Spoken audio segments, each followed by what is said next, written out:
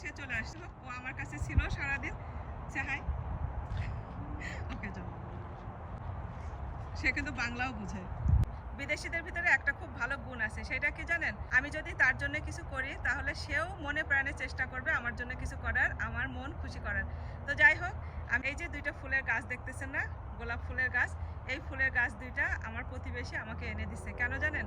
সে আমাকে ফোন করে বলছে যে তার ছেলেকে যেন আমি স্কুল থেকে পিক আপ করি, সে কাজে আটকায় গেছে, সে সময় মতো বের হইতে পারতেছে না, তো আমি যেন তার ছেলেকে স্কুল থেকে একটু বাসায় নিয়ে আসি।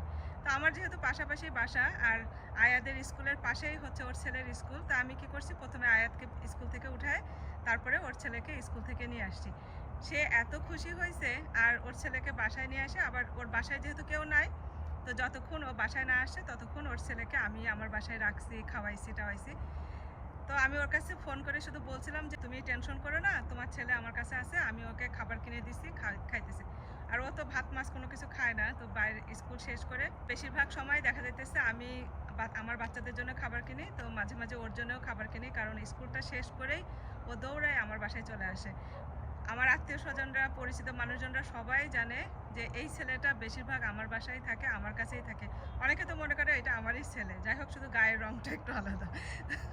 তো যাই হোক, ওর মা কাজের থেকে আসার সময় এই যে আমার জন্য দুইটা ফুল কিনে নিয়ে আসছে, কারণ ওর মা জানে যে আমি ফুলের গাছ খুবই পছন্দ করি, অনেক সুন্দর সুন্দর করে। ওই যে দেখেন আমার ব্যাকইয়ার্ডে অনেক ধরনের ফুলের গাছ আছে। তো ওর মা আমার জন্য এই যে দুইটা গোলাপের চারা কিনে নিয়ে আসছে, আমারে বলছে যে রূপা থ্যাংক ইউ সো মাচ, তুমি আমার ছেলেকে টেক কেয়ার করো। আবার আমরা যদি কখনো কোথাও বেড়াইতে যাই না, ওদের কাছে আমার বাসার মানে ঘরে ঢোকার যে পাসওয়ার্ড আছে, পাসওয়ার্ড টাসওয়ার্ড সব কিছু থাকে। ওরা আমার বাসায় আসে, তারপরে আমার গাছে পানি দেয়, তারপরে হচ্ছে আমার বিড়ালরে টেক কেয়ার করে। আবার আমিও হচ্ছে যে ওর ছেলেকে ভালো ভালো গিফট কিনে দিই আমার বিড়ালরে টেক কেয়ার করার জন্য। মাঝে মাঝে আমি ওর জিজ্ঞেস করি তুমি কি গিফট নিবা না মানি নিবা, তো সে আবার বলে কি রূপা আমি মানি নিব। তো আমি আবার ওকে সত্যি আমি ওকে আবার প্রত্যেক দিন বলি কি যে 2 বেলা করে খাবার দিবা, $10 করে দিব। ওর মাও কিছু বলে না, ওর মাও অনেক হেল্প করে, ওর দাদি আছে, মা আছে। বিদেশি প্রতিবেশী পেয়ে আমি তো অনেক হ্যাপি। আমরা বাংলাদেশিরাও এত খারাপ না, আমরা যদি কখনো কারো বাসায় কোনো খাবার টাবার দেই, সেই বাটি কখনো খালি ফেরত আসে না, সবসময় বাটি ভরে আবার জিনিসপত্র দিয়ে যায়। এক একজনের ভালোবাসা প্রকাশ করার ধরন এক এক রকমের। তো যাই হোক, আমার প্রতিবেশী আমার জন্য এই যে সুন্দর দুইটা ফুল গাছ নিয়ে আসছে, আমি তো অনেক খুশি হয়েছি। সুন্দর দেখে একটা টব কিনে টবের ভিতরে ফুল গাছ দুইটা লাগাইলে অনেক সুন্দর লাগবে। একদিন আমার প্রতিবেশীকে আমি দেখাবো আপনাদেরকে।